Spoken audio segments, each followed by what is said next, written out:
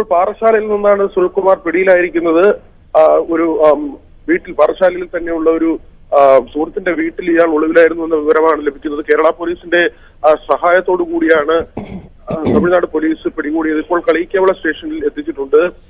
ഇവിടെ വിശദമായി ചോദ്യം ചെയ്യുന്നുണ്ട്. കാരണം ഈ കൊലപാതകത്തിൽ കൃത്യമായ പങ്ക് സുനിലിനുണ്ട് എന്ന ഒരു വിലയിരുത്തൽ തന്നെയാണ് നേരത്തെ തന്നെ അന്വേഷണ സംഘത്തിൽ ഉണ്ടായിരുന്നത്.